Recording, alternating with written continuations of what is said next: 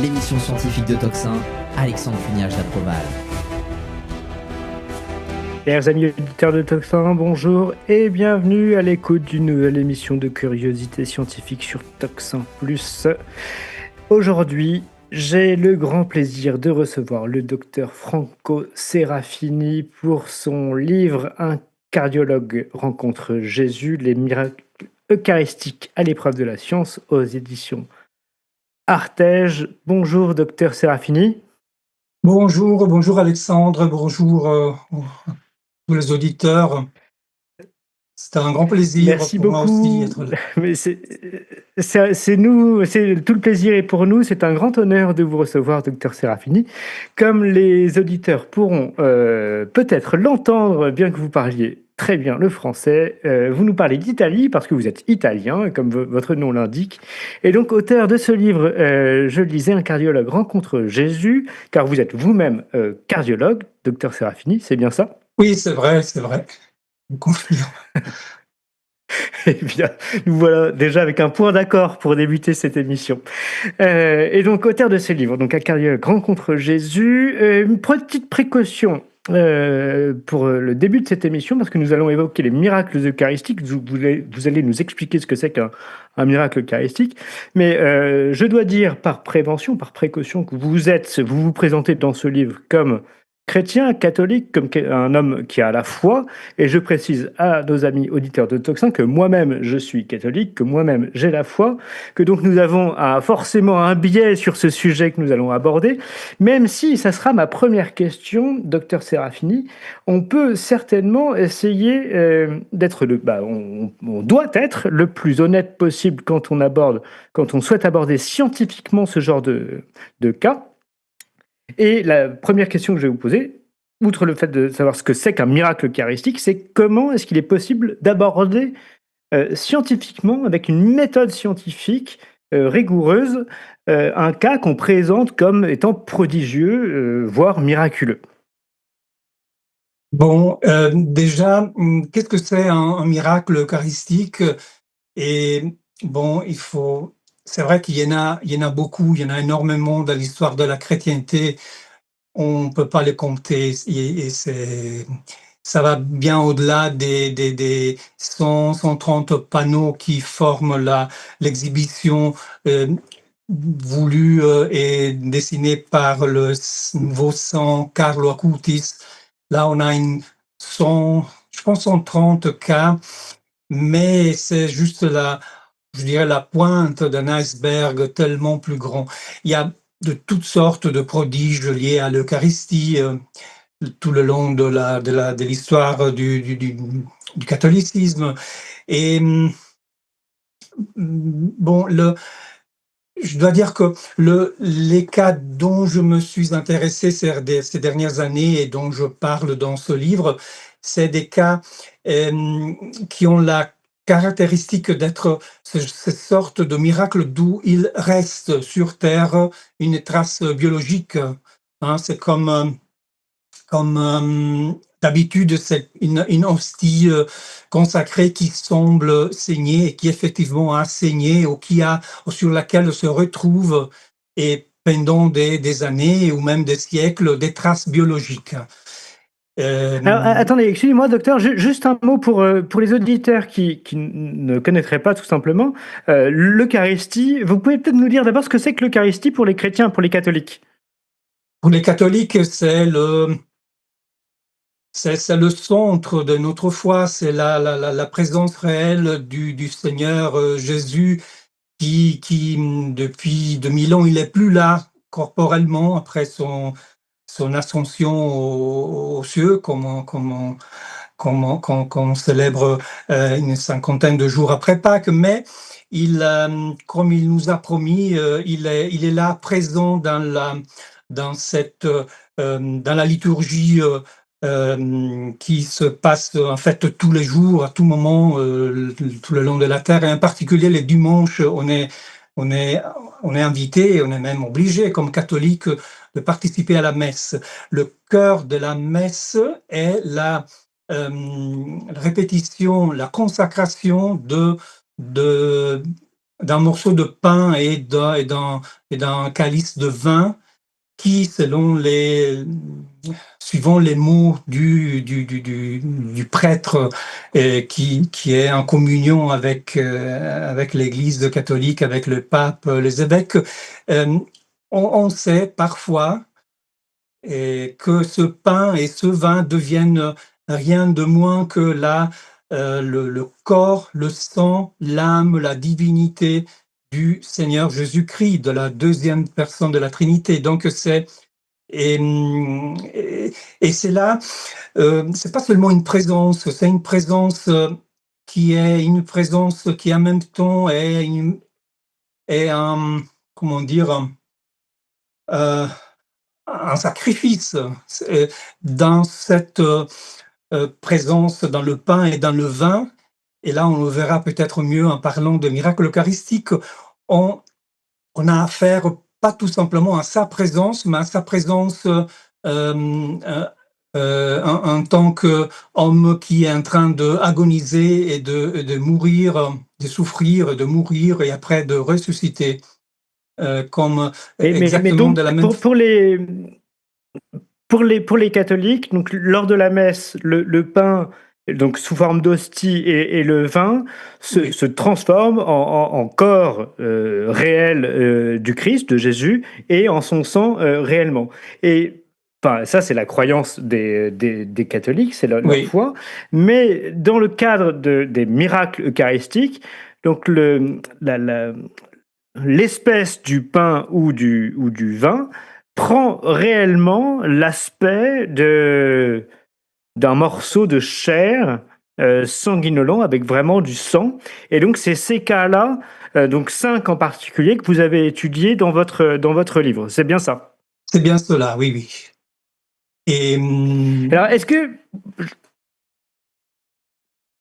que, par exemple, vous pouvez nous donner un exemple, celui que vous préférez, peut-être le plus ancien d'ailleurs, dans votre livre? On va commencer par un exemple pour voir concrètement ce qui se passe et après comment on peut justement, enfin, et comment vous d'ailleurs, vous l'avez abordé d'une manière la plus objective et scientifique possible pour voir ce qui s'est réellement passé. oui, par exemple, le miracle, un des plus connus, est le miracle de Lanciano, Lanciano. C'est une petite ville dans le centre de l'Italie, du côté de l'Adriatique. Et dans cette ville, dans une église, on conserve depuis, on abrite depuis 13 siècles une double relique qui est faite de chair et de sang. Là, l'histoire qui est en fait plutôt une légende parce qu'on a perdu tout document historique ancien, mais on nous dit, on se tramande, euh,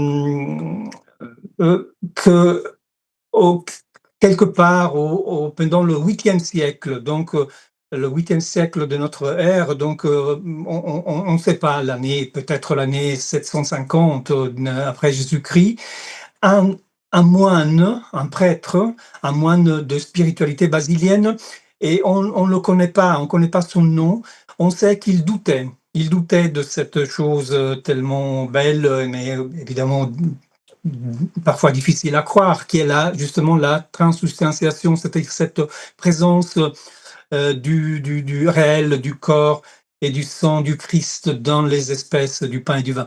Et donc, en réponse à son doute, son manque de foi, un jour, pendant la messe, aux paroles de la consacration même, on nous dit que euh, tout d'un coup, tout le pain se transforma en chair et tout le vin en sang.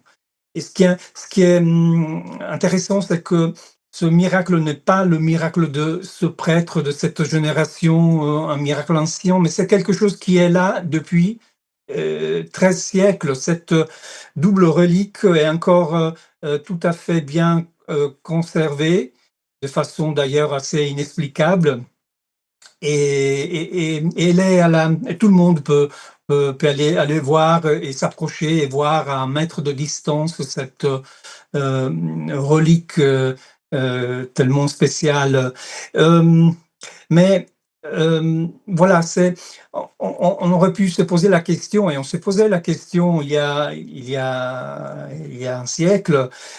Ça paraît trop beau pour être vrai. On se disait, mais est-ce que peut-être c'est l'habituelle relique qui vient du Moyen Âge dont on ne connaît pas l'origine, c'est une légende, va savoir si c'est vraiment vrai. Donc, les franciscains, qui sont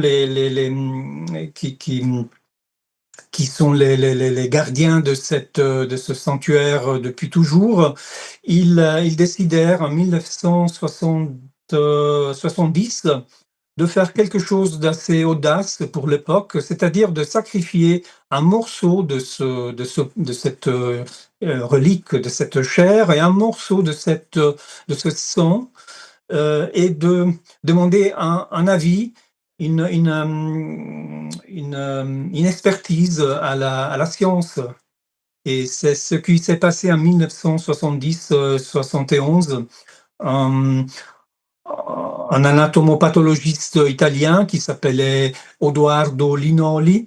Il a été chargé et autorisé à exécuter ces analyses, et il a Et- trouvé quelque chose de... Excusez-moi, docteur. Oui.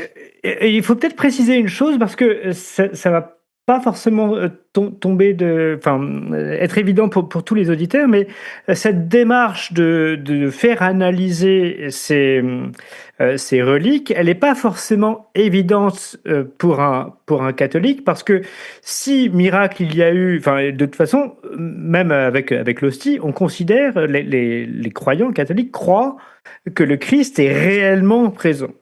Or, prendre un morceau de la relique, c'est prendre un morceau, euh, dans la foi catholique, du corps du Christ. Et donc, en quelque sorte, c'est lui infliger une nouvelle blessure. Donc, il y a quelque chose de pas du tout évident dans cette démarche-là. Peut-être vous pouvez nous expliquer pourquoi et comment ils se sont, enfin voilà, ils se sont permis de faire cette démarche. Oui, c'est une question tout à fait juste, et qui d'ailleurs, j'ai aussi eu l'occasion de vivre moi-même. J'ai été appelé plusieurs fois ces dernières années pour des analyses, et c'est pas toujours évident de couper, d'avoir un bistouri dans les mains. Mais bon, déjà, il faut dire que on fait pas ça à la légère. Il faut toujours, de toute façon, une autorisation formelle de l'évêque du lieu. Ça, c'est indispensable, à mon avis. On peut pas faire cela en cachette, euh, parce que justement, on n'est pas les propriétaires de l'Eucharistie, par définition. Et bon, mais je vois que, par exemple, récemment, dans les nouvelles normes qui ont été publiées par la congrégation pour la doctrine de la foi il y a 2 ans, euh, quand il s'agit de reconnaître comme prodigieux, comme miraculeux un fait, comme un possible nouveau miracle eucharistique, est toujours, on, on fait on demande en fait un avis à des professionnels. C'est un peu, c'est devenu maintenant, en époque moderne, un peu incontournable, cette démarche de sacrifier un morceau de cette relique, dans l'idée d'établir si c'est vraiment un miracle. Parce que il faut admettre que bien souvent, c'est des nouveaux cas. Il y en a vraiment très souvent, des hosties qui sont mises dans de l'eau à se dissoudre, parce qu'il s'agit d'hosties sales qui ont été trouvées par terre, qui ont été profanées. Alors on ne peut plus les avaler, les manger. Et donc un prêtre a la possibilité de disposer de faire dissoudre le pain de l'hostie. Et puis la théologie nous dit, quand le pain est plus présent, il n'y a plus l'espèce visible du pain, voilà, que même aussi la substance de la présence du Seigneur n'est plus là, et donc on peut jeter cette eau quelque temps après, dès qu'il n'y a plus de pain visible.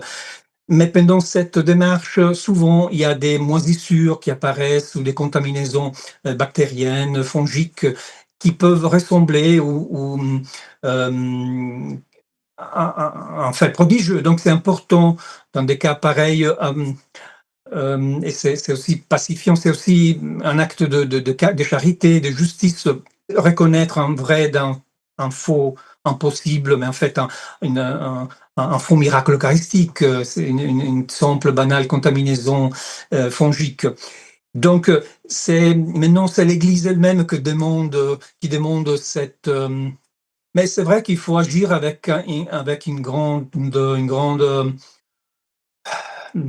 un équilibre, une prudence, parce que si effectivement on a affaire avec un prodige, c'est vrai que euh, l'attitude enfin, c'est important d'être vraiment très très délicat, équilibré. Et,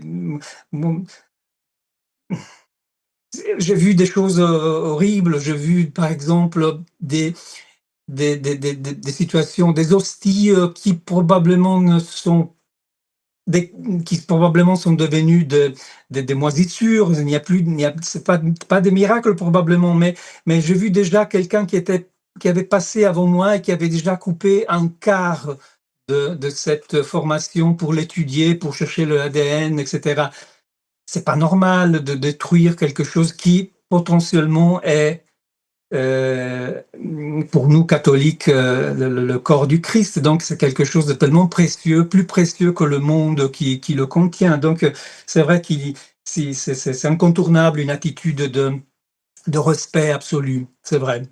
Et ça, on en parle presque jamais. Là, on a toujours la tendance maintenant, dans la modernité, on se dit, on peut étudier, on a beaucoup d'outils, on peut chercher ceci, cela. Tant pis si on détruit et c'est pas juste. Je comprends. Non, mais c'est vrai que c'est important parce qu'on pourrait avoir comme ça ce réflexe de se dire, écoutez, vous les catholiques, vous êtes gentils, vous prétendez qu'il y a beaucoup de miracles eucharistiques, bah donnez-nous tout ça, on va découper tout ça, mettre ça dans des laboratoires, regarder ça au microscope, prélever de l'ADN, et puis votre cas il sera réglé en 3 secondes. Mais il y a quand même voilà, une prudence, une dévotion à avoir qui explique, et puis oui, un respect qui explique qu'il peut y avoir ah oui, comment dire, des précautions infinies qui sont prises dans ce genre de cas. Mais je vous laisse, cher docteur Serafini, continuer sur le cas de Lanciano.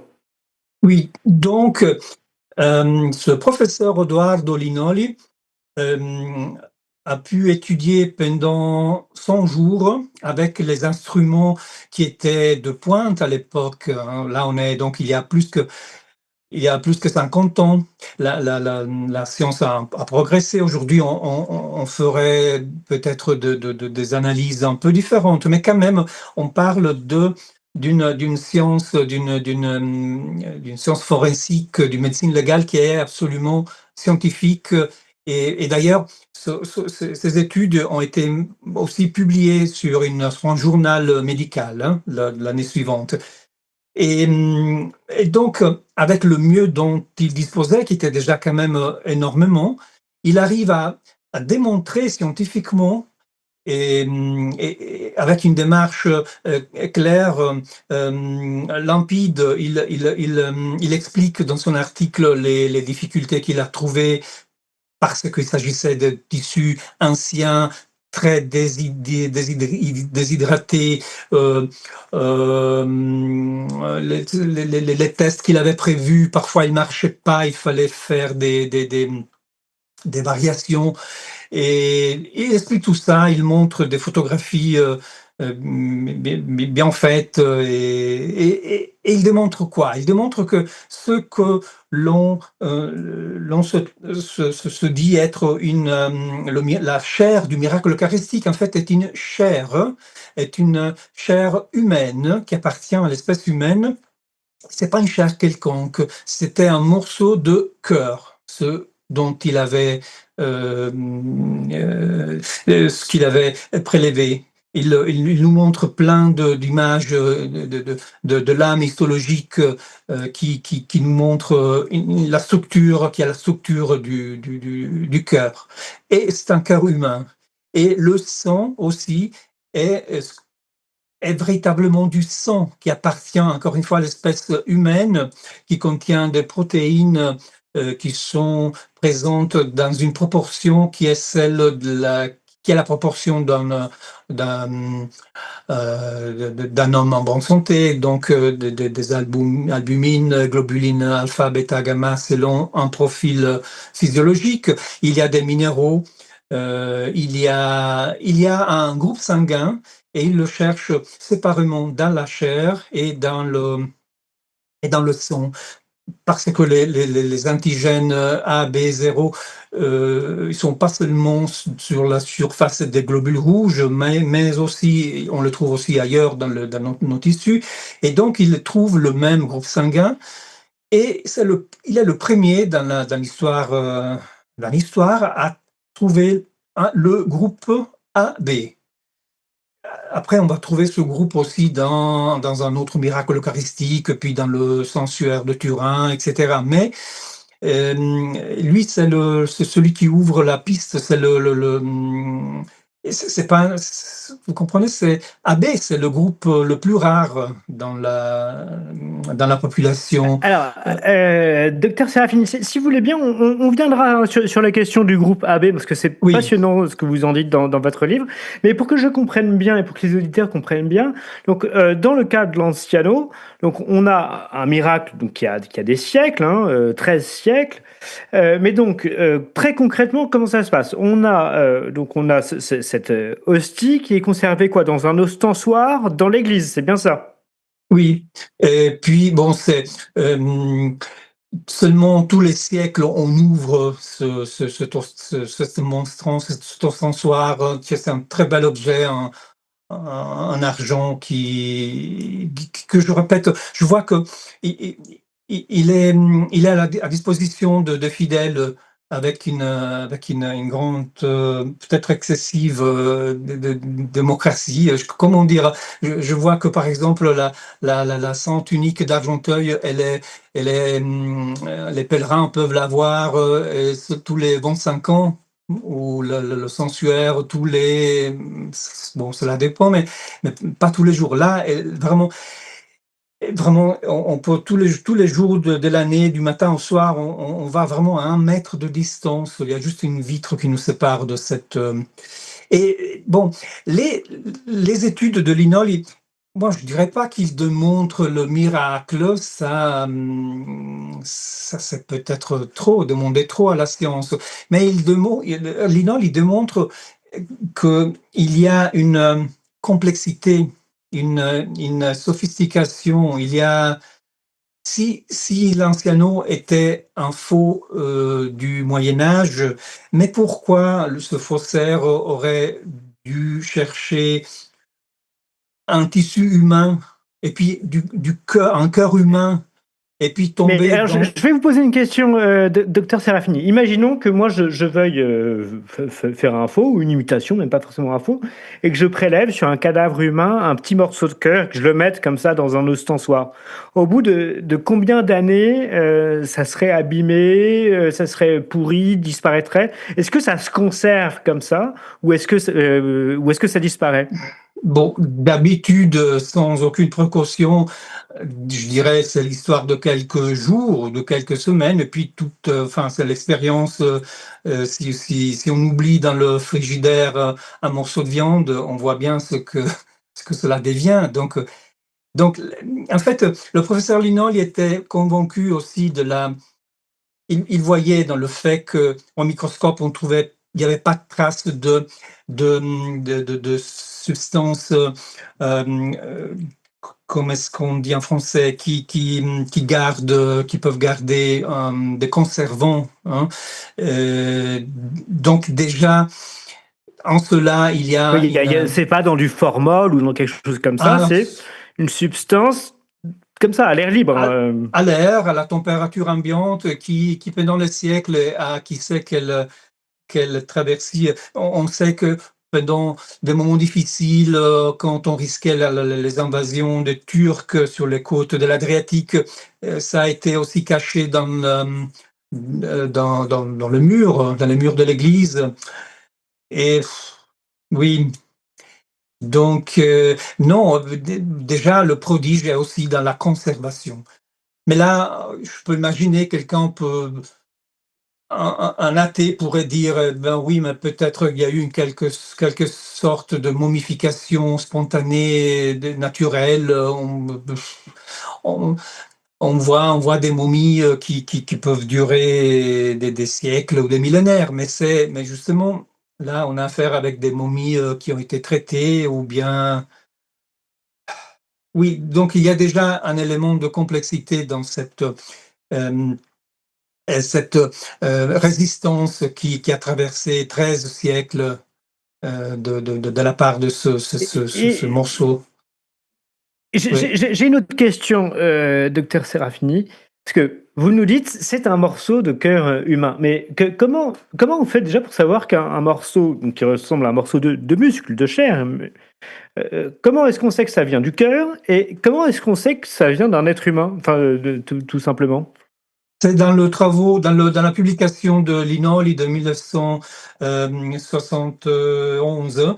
Non, Il, non, mais lui, comment le scientifique fait pour établir allez, que ça vient, que tel morceau vient du cœur et que ça vient d'un homme et pas d'un animal? oui, bon, la nature humaine, elle est dans une réaction qui s'appelle réaction de Uhlenhuth. Mais à l'époque, c'est une méthode sérologique qui a à faire avec les, les anticorps et les antigènes présents dans les tissus. Aujourd'hui, on chercherait l'ADN, et puis c'est l'ADN qui nous parlerait, mais aussi même la présence d'un groupe sanguin. Et c'est pas toutes les espèces animales contiennent les antigènes A ou B ou O. Euh, et puis c'est un morceau de cœur. Là, c'est la structure histologique. Là, on prépare, on réhydrate. Il a réhydraté le tissu. Il a mis je peux imaginer un paraffine, un formaline, un paraffine, je ne sais plus là, mais lui, c'était son métier. Et puis, il fait une micro coupure. Et puis, il colorie avec des substances qu'on emploie dans l'histologie. Il a l'hématocyllinéosine et puis les décolorations spéciales pour les muscles. Et il nous montre tout ça dans sa publication. Donc on revoit les structures histologiques typiques d'un muscle cardiaque. Oui. Alors, est-ce que vous voulez, avant qu'on vienne peut-être dans le détail justement sur les groupes sanguins, sur les techniques, sur l'ADN, peut-être nous présenter un deuxième cas rapidement, plus récent? Parce que là, donc, on a bien compris le cas de Lanciano, c'est un très vieux cas où on a toujours la chair, encore aujourd'hui, qui est non décomposée. Donc ça déjà, c'est un fait extraordinaire, à tout le moins, que cette chair se conserve à travers le temps. Chair, on l'a compris, du cœur et d'un cœur humain. Vous nous l'avez dit, on a fait l'étude du groupe sanguin AB. Euh, Déjà, rien que ça, c'est un fait surprenant. Mais est-ce que Oui. vous pouvez nous présenter un deuxième cas et puis après on va venir peut-être dans le détail des techniques? Oui, par exemple, le cas de Tixtla.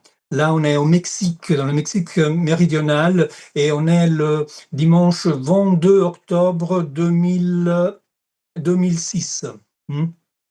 Et donc, on est là du profond Moyen-Âge, on se retrouve à nos jours. Et c'est pas un jour quelconque. Là, j'aime signaler que c'est un jour qui tombe 10 jours après la mort de Carlo Acutis. Donc ça va faire plaisir aux catholiques qui connaissent ce nouveau saint, jeune saint.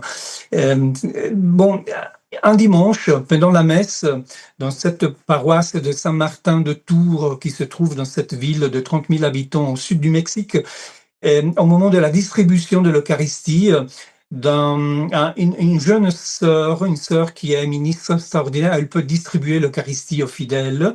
Et puis, au moment où elle distribue dans son ciboire, dans son calice qui contient quelques dizaines de hosties, donc on peut imaginer la situation. Il y a une queue de fidèles qui s'approchent, et puis elle donne l'Eucharistie à chacun. Mais à un moment, elle s'arrête. Elle s'arrête et elle tombe en pleurs.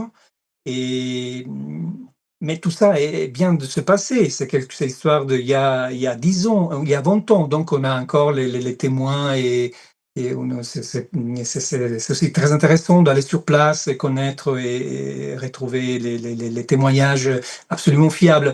Et elle s'arrête parce qu'une hostie, une seule hostie, instantanément, on a l'impression qu'elle a saigné. Elle est tachée d'un matériel rouge frais, d'un beau rouge brillant. D'ailleurs, on a des photographies de ce moment-là, de ce jour-là. Et puis, bien sûr, l'évêque a été mis au courant, mais seulement 3 ans après, on a eu l'autorisation à faire des analyses, des bonnes analyses, encore une fois, en prélevant de morceaux de ce sang, ce matériau qui avait l'apparence du sang, et on a fait des analyses entre Amérique du Centre et aux États-Unis, et des analyses à l'aveugle sans révéler au laboratoire l'origine de ces morceaux-là. Et on a la preuve, en fait, de la présence encore une fois, un tissu qui ressemble le tissu cardiaque qui montre des signes de souffrance, et puis des globules blancs qui sont encore inexplicablement à distance de quelques années, sont encore bien formés, bien reconnaissables, bien comme s'ils étaient encore vivants au moment du prélèvement et de la formation de la lame histologique. Et puis un groupe sanguin, encore une fois, évidemment, c'est toujours le groupe AB. Et puis là, on a essayé aussi de chercher le ADN. Et ça, chaque fois sur 2 laboratoires différents, au Mexique, au Guatemala, aux États-Unis, en Bolivie. Et là, ce qu'on peut trouver, c'est ce qu'on retrouve, en fait, c'est un dossier complet qui nous parle encore une fois, d'un cœur humain, de sang, de groupe AB, etc. Oui, parce que dans les 5 cas que vous étudiez dans votre livre, à chaque fois, donc on a bien une présence de chair, d'un muscle, en particulier du cœur, et on a toujours ces mêmes symptômes, j'ai envie de dire, c'est que on a l'impression que ce morceau de cœur a été pris sur un être vivant. À tel point d'ailleurs qu'il y a un passage qui est rigolo en quelque sorte dans votre livre. Ça se passe en Pologne, me semble-t-il, où on a une association, je crois que ça s'appelle l'association rationaliste polonaise, qui saisit le procureur local, donc la justice locale, pour meurtre. Ils disent, si c'est bien un morceau de cœur qui a été pris sur un être vivant qu'on a trouvé dans l'église d'à côté, dans le cadre de ce miracle eucharistique, c'est donc qu'il a été pris sur un homme, et que donc il y a eu un mort, un meurtre. Oui. Donc il n'y aura pas eu de suite judiciaire, mais j'ai trouvé cette anecdote assez rigolote. Et pourtant, c'est absolument vrai. Mais c'est compréhensible. Je trouve même, je respecte cette attitude rationaliste qui dit, mais nous ici à Sokołka, dans le nord-est de la Pologne, on est à 20 km de la Biélorussie. En 2008, il y a eu un cas pareil. Donc, des scientifiques nous disent qu'à l'église, il y avait, ce jour-là, on avait des traces d'un corps humain souffrant, mais humain. Donc, bien sûr, si on prélève un morceau de cœur, un homme a dû mourir pour donner ce cœur Et puis déjà, bon, le dossier, c'est assez drôle parce ils font tout un dossier, ils disent, mais puis, ils s'efforcent de prendre au sérieux, mais le miracle en disant, ben alors, de toute façon, c'est pas normal de donner à manger un tissu humain à la communauté. Et puis donc il dénonce toute une série d'articles du code pénal polonais qui punissent justement l'homicide, le meurtre etc.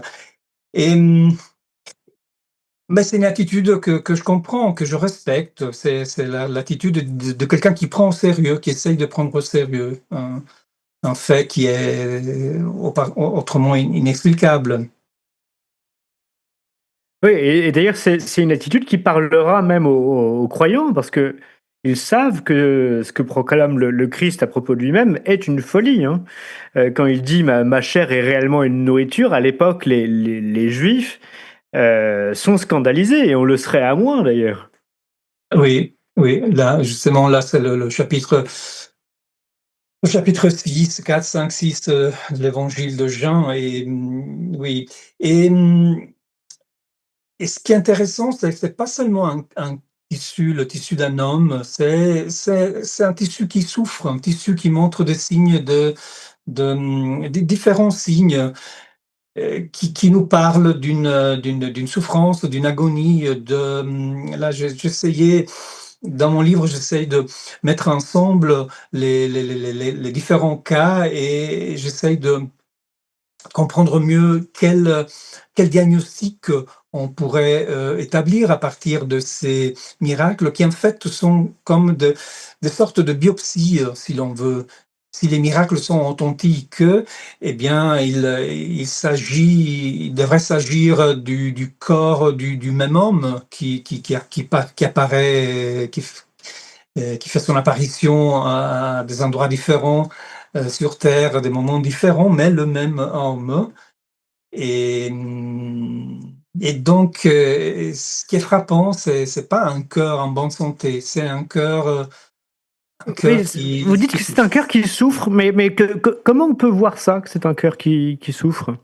Il souffre parce que il a ses fibres musculaires, elles sont infiltrées par des globules blancs qui sont encore bien reconnaissables, visibles, et c'est déjà inexplicable cela. Mais cette inflammation, c'est quelque chose qui normalement n'est pas, notre cœur n'est pas inflammé. Là, il y a un excès de présence de globules blancs, comme c'est une situation qu'on peut retrouver dans les jours qui suivent, par exemple, un infarctus du myocarde.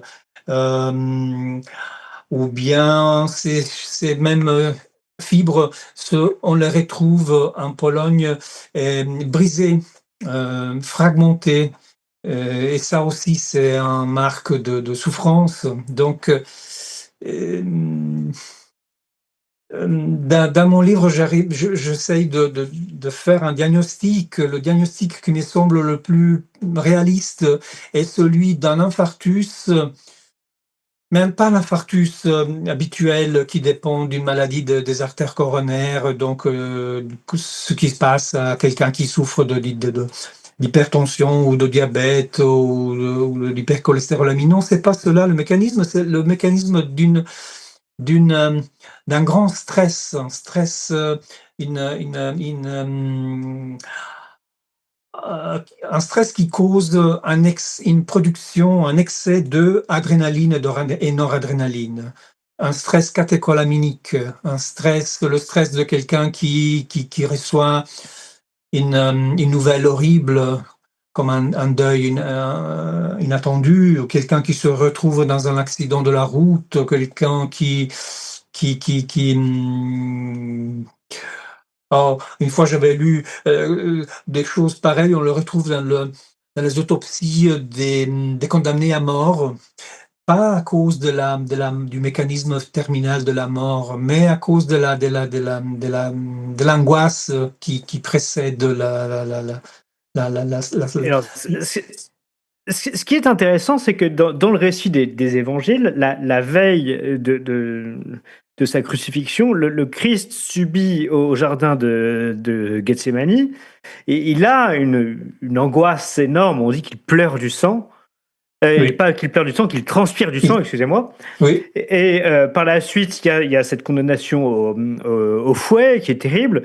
Et on sait que le Christ meurt, enfin si les évangiles sont vrais, bien sûr, meurt rapidement sur la croix. Il meurt plus vite que habituellement les suppliciés de la croix.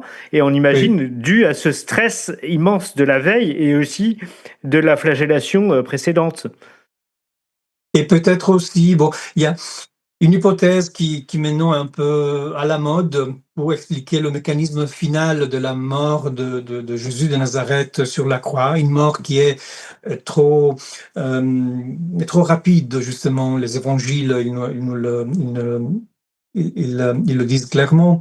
Euh, Pilate ne s'attendait pas. D'ailleurs, la crucifixion n'était pas faite pour être si rapide. C'était dans l'intention des bourreaux que ça dure même des jours et des jours. Mais une, une, une, une hypothèse qui maintenant revient un peu à la mode est l'hypothèse de la mort selon un mécanisme euh, de, de, de, euh, rupture du cœur, c'est-à-dire, ça c'est une complication d'un infarctus aussi d'un infarctus catécholaminique, un infarctus, aujourd'hui on l'appelle Takotsubo, et un infarctus qui, justement, on peut imaginer commencer la veille au Gethsemane.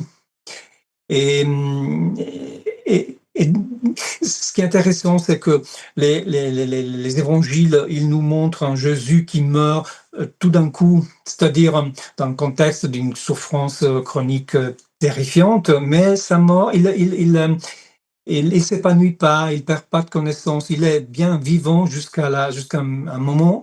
Et puis il y a un épisode, il y a un événement aigu. Il donne un cri, Oui, il meurt dans un cri, dans un grand cri même. et il plie la tête et il est décédé. Un moment avant, il parlait, il était bien en lui et puis il est mort. Et ce mécanisme de mort est un mécanisme qui est cardiaque, qui est pas l'asphyxie, qui est pas un mécanisme métabolique. Donc ça redonne d'importance à une hypothèse cardiaque comme la rupture du cœur qui est possible dans un contexte de souffrance, comme dans ce genre d'infarctus qui aurait, si on veut être encore plus précis, et on peut aussi admettre, et là on se rattache aux études des années 50-60 de Annie Jobert, des études qui ont essayé de dater avec précision la Pâque, l'année de la mort de Jésus. Et là, en interpolant les données du calendrier solaire et du calendrier lunaire, le calendrier du temple, le calendrier des Essénes. L'année 30 est une année qui, qui consent de antécéder la date du dernier repas et donc du Gethsemane au mardi soir. Et donc, Gethsemane dans la nuit entre le mardi et le mercredi. Ça remet en discussion notre tradition liturgique qui regroupe ensemble, non, le jeudi, vendredi et puis samedi de Pâques. Mais c'est une hypothèse intéressante parce que résout aussi un ancien problème. Bon, là, je digresse. Est-ce que le dernier repas, le dernier souper de Jésus était un repas de Pâques ou pas? Selon les évangiles synoptiques, oui. Selon Jean, on était encore à la mort de Jésus et à la parachève et à la veille de la vraie Pâque qui aura lieu seulement le soir. Là, en hypothésant deux calendriers, on arrive à mettre ensemble ces deux données. Et aussi la donnée qu'une rupture du cœur est typique à 2-3 jours de distance de, hum, de la, du début d'un infarctus. Pas tellement quelques heures après, mais quelques 2-3 jours après. Je voudrais, docteur Serafini, qu'on revienne sur un point qui me semble essentiel parce Oui, que là, dans votre livre, vous prenez 5 cas. Alors, déjà, il y a les miracles, disons, intrinsèques, c'est-à-dire la transformation de l'hostie, donc d'un morceau de pain en un morceau de chair. Mais disons que ça, c'est chaque miracle pris à part. Ce qui est, en quelque sorte, le deuxième miracle par-dessus, c'est que chacun d'entre eux est concordant. C'est ce que vous venez de nous dire. On peut en faire, vous en faites une enquête, c'est-à-dire que chacun, on se rend compte que bah, c'est de la fibre musculaire, qu'ensuite c'est le même groupe sanguin, que c'est les mêmes conditions de mort avec cette souffrance qui est visible dans la chair qui est récupérée. Euh, donc j'ai envie de dire c'est un miracle par-dessus les miracles, c'est-à-dire que c'est le phénomène concordant. Et notamment avec cette histoire du groupe sanguin, donc vous nous l'avez dit, groupe AB, donc qui est, en lisant votre livre, on l'apprend, le groupe le plus rare dans l'humanité, et qu'on retrouve à chaque fois. Donc rien que ça, la concomitance enfin, le fait de retrouver ce groupe AB à chaque fois est déjà prodigieux. Et en plus, ça correspond à d'autres phénomènes miraculeux, d'autres prodiges, d'autres reliques, notamment le suaire de Turin, la tunique d'Argenteuil, etc. oui, oui, moi je trouve très beau le fait que des miracles eucharistiques donc différents dans la distance et qui nous arrivent à des distances de kilométriques énormes, à distance de siècles ou de décennies, ils nous disent, ils se présentent au microscope et aux analyses scientifiques de la même façon. Il y a un profil qui se répète. Cela est très, très important. Et rassurant. C'est-à-dire, le miracle ne veut pas, il se prend pas jeu de nous, il veut pas jouer avec nous, il veut nous faire passer un message qui est cohérent et je trouve très, très, ça renforce réciproquement ce cas, le fait qu'on retrouve ces mêmes données, qui sont justement la présence du tissu musculaire cardiaque ou souffrant, et puis du sang, et puis le même groupe AB, et aussi le ADN qui, qui a une attitude tout à fait spéciale, mais qui se répète aussi. Et, hum, et oui, ça c'est un miracle dans le miracle en quelque sorte. Là, on est à un deuxième degré. Et je voudrais ajouter aussi encore un autre élément qui est en commun dans ces cas, c'est là une sorte de légèreté, d'élégance que le vrai miracle a. C'est-à-dire toutes ces données dont on parle, dont on a parlé jusqu'à présent, et quand même, elles sont jamais écrasantes. Alors là, on dit c'est un tissu musculaire cardiaque. Oui, c'est ce qui est le plus probable, le plus vraisemblable, mais il y a toujours un espace de discrétion pour les experts. C'est un tissu cardiaque qui en quelque sorte se montre et se cache. Et le groupe sanguin AB, toujours AB, oui, c'est intéressant, mais il y a aussi la place pour remettre ça en discussion. On se dit, mais c'est peut-être une contaminaison bactérienne dans les siècles, dans le temps. Des bactéries qui contiennent des antigènes AB ont pu contaminer, et puis maintenant, il y a toujours une... Et je trouve cela important et aussi. Et paradoxalement, si on avait des faux miracles, on n'aurait pas cette légèreté, on aurait des données indiscutables mais bon, je vois aussi une signature élégante dans capacité que chaque miracle a de se présenter, nous disons beaucoup de choses, mais en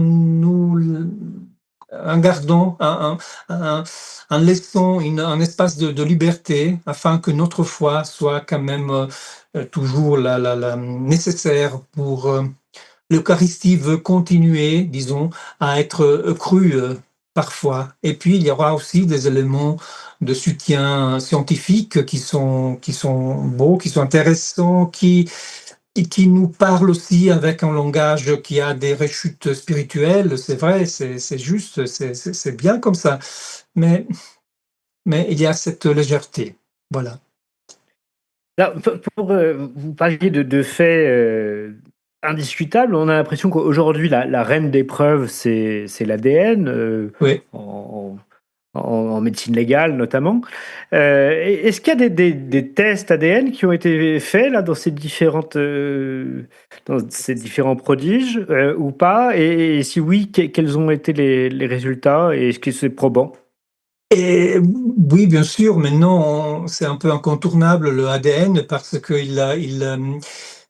on sait bien qu'il est doué de cette capacité, de cette puissance statistique énorme qui fait aussi qu'une trace, toute petite trace qui est présente sur la scène d'un crime identifié avec une certitude parce que certaines, la présence ou l'absence d'une personne sur la scène du crime, par exemple. Alors là, les enjeux sont énormes parce que si on pouvait démontrer la présence du même ADN, du même homme, sur deux miracles eucharistiques différents, ou sur un miracle et puis sur le sensuaire, Et sur le suaire de Turin, voilà, ça serait... on a envie de dire ça serait plié et il y aurait Oui. toute l'humanité devrait se mettre à genoux. Voilà, je plaisante à propos de cela. Dans mon livre, j'imagine une situation de théologie similaire. Mais si c'est pas le cas, c'est pas par hasard, évidemment, parce que le miracle, il nous dit ce qu'il veut nous dire. Et quand on cherche de l'ADN dans ces miracles, et on trouve, il y a des cellules qui ont leur noyau, et donc on voit qu'on pourrait trouver un profil ADN. Bon, il y a de l'ADN à séquencier parce que nous, maintenant, on dispose de techniques qui arrivent à établir le ADN d'une momie égyptienne, d'un homme de Néandertal. Donc, pourquoi pas dans le cas des cellules humaines qui sont là depuis quelques années seulement. Bon, mais quand on applique ces techniques qui vont chercher un profil, des polymorphismes du genre STR, Short Tandem Repeats, c'est ce code qui permet de distinguer et de reconnaître une personne parmi toutes les autres personnes du monde, ces techniques-là, elles marchent pas.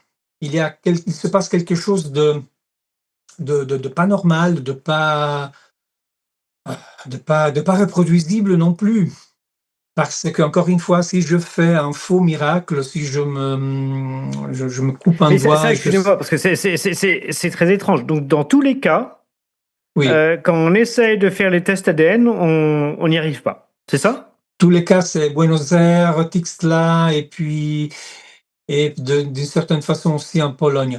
Quand on cherche dans ces cas-là et dans d'autres cas aussi qui sont pas connus, qui ont mais que les chercheurs se sont occupés dans les dernières décennies, c'est un peu un classique, ce fait de trouver de l'ADN, avoir la preuve que c'est un ADN humain, mais ce ADN en petite quantité, quand on veut l'amplifier pour chercher la signature d'un homme, on trouve pas, on trouve rien. Le ADN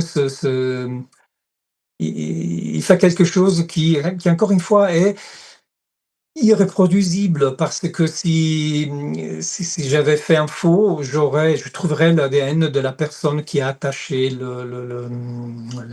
l'image qui a saigné ou l'hostie qui a saigné, etc. Donc là aussi, il y a encore une fois cette élégance, hem, cette volonté de la part de l'auteur du miracle de ne pas exagérer, de ne pas nous écraser, de nous éblouir, et nous obliger en quelque sorte à croire. Et et ça aussi, c'est très je trouve très beau et très et j'y vois aussi une signature d'authenticité. En tout cas, pour l'instant, c'est comme ça. Puis qui sait, ben, là, c'est une discipline qui est en train de grandir. Hem, peut-être dans 10 ans, on aura d'autres cas, on aura d'autres données, on pourra dire, quelque chose de différent, je ne sais pas. Mais ce qu'on peut dire pour l'instant, en 2026, c'est cela. Mais il y a quelque chose, pour faire le parallèle avec le suaire de Turin qui a fait couler beaucoup d'encre. Heu, il y a toujours une sorte de paradoxe dans ces phénomènes-là. Le suaire qu'on a conservé depuis des siècles et des siècles, n'a révélé ses vraies propriétés stupéfiantes et en quelque sorte miraculeuses, qu'avec l'apparition de la photographie et donc du négatif. Et là, de la même Oui, manière, on a l'impression que ces miracles eucharistiques, ont un potentiel de dévoilement de leur propre mystère avec aussi l'évolution technologique. C'est très intéressant ça, en fait, comme si les miracles gardaient un potentiel, pour l'avenir. oui, tout à fait. C'est vrai, c'est la première fois que, c'est un langage nouveau, c'est une nouvelle, façon de parler de l'Eucharistie, et d'en parler aux gens de notre époque, parce que justement on emploie des instruments qui sont nos instruments, des instruments technologiques, tout à fait nouveaux. Et de la même façon, que le sensuaire de Turin a été étudié seulement aux années 70, 80, et c'est seulement et c'est comme si le sensuaire attendait ce moment il y a un siècle de sa première photographie, pour montrer vraiment son véritable visage. Et oui, c'est très fascinant cet aspect. Heu, c'est un aspect, fécond et qui et fructueux de bonnes rencontres entre le monde de la science, le monde de la foi.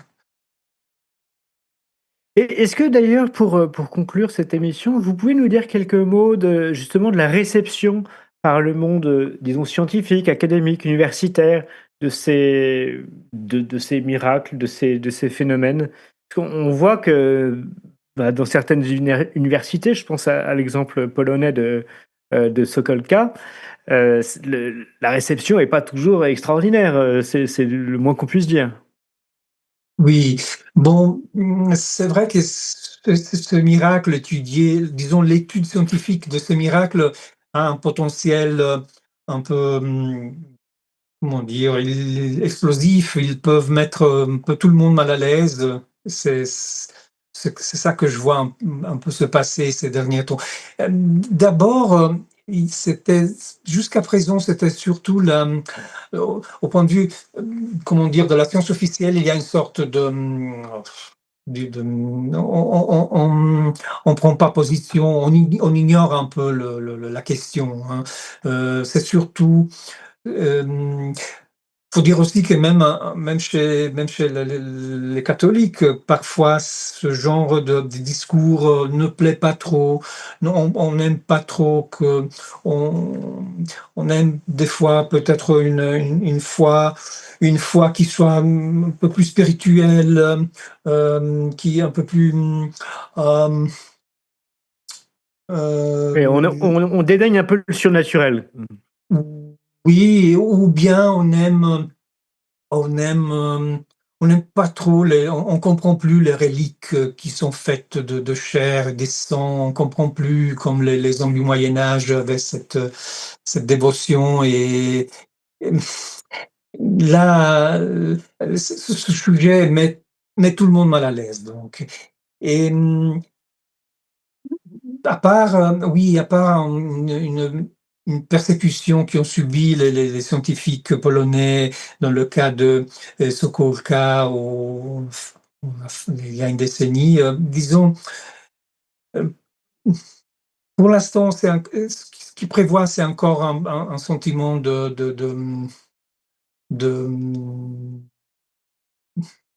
bon, il y a un cône d'ombre, disons comme ça. Mais ça c'est en train de changer. Je vois que dans les derniers mois, dans la dernière année, surtout, il y a un renouveau d'intérêt.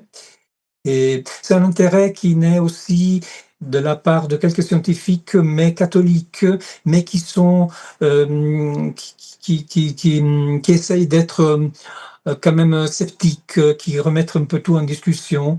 Et c'est bien, c'est bien. Il y a aussi la place pour cette attitude. Et donc, je vois qu'il y a Oui, mais parce que oui, il me semble que le point essentiel, c'est pas tellement comment dire, d'accepter comme ça, j'ai envie de dire comme parole d'évangile, ces miracles, voilà, et de dire oui, oui, c'est un miracle, c'est un fait évident.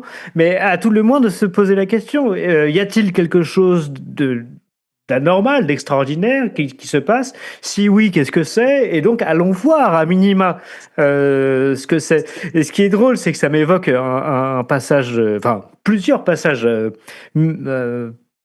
plusieurs fois répétés des paroles du Christ qui disent mais que ceux qui ont des yeux pour voir voient. À minima, c'est ça, c'est essayer de voir ce que vous voyez. Et puis après, on peut débattre de savoir ce qui s'est passé. Est-ce que c'est vraiment miraculeux? Est-ce que c'est autre chose? Mais à minima, voyons ce que nous voyons, quoi, déjà. Commençons par ça. oui. D'ailleurs, enfin, disons que hum, si quelqu'un